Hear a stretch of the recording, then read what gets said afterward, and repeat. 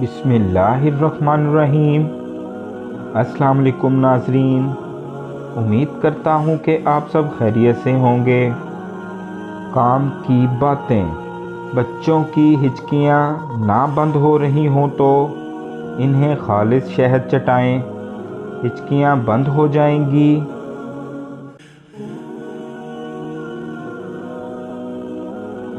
करेले को साए में खुश्क करके पीसकर इनका सफ़ूफ तैयार कर लें।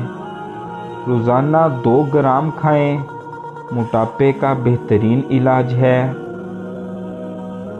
पेट्रोलियम जेली को रात को सोते वक्त मुंह धोकर चेहरे पर लगाएं। कुछ दिनों में कील मुहासों के दाग दूर हो जाएंगे। चेहरे पर लगाई जाने वाली क्रीमें अक्सर खुश्क होती हैं। खुश्क क्रीम में मुनासिब मिकदार में अर्के गुलाब मिला दें। क्रीम दोबारा इस्तेमाल के काबिल हो जाएगी।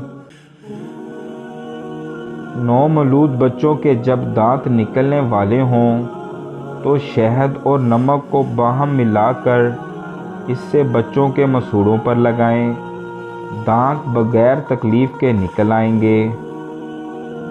अगर चावल बहुत नए हों तो उन्हें पकाते वक्त 2 कतरे नींबू का रस डालने से चावल अच्छे पकेंगे।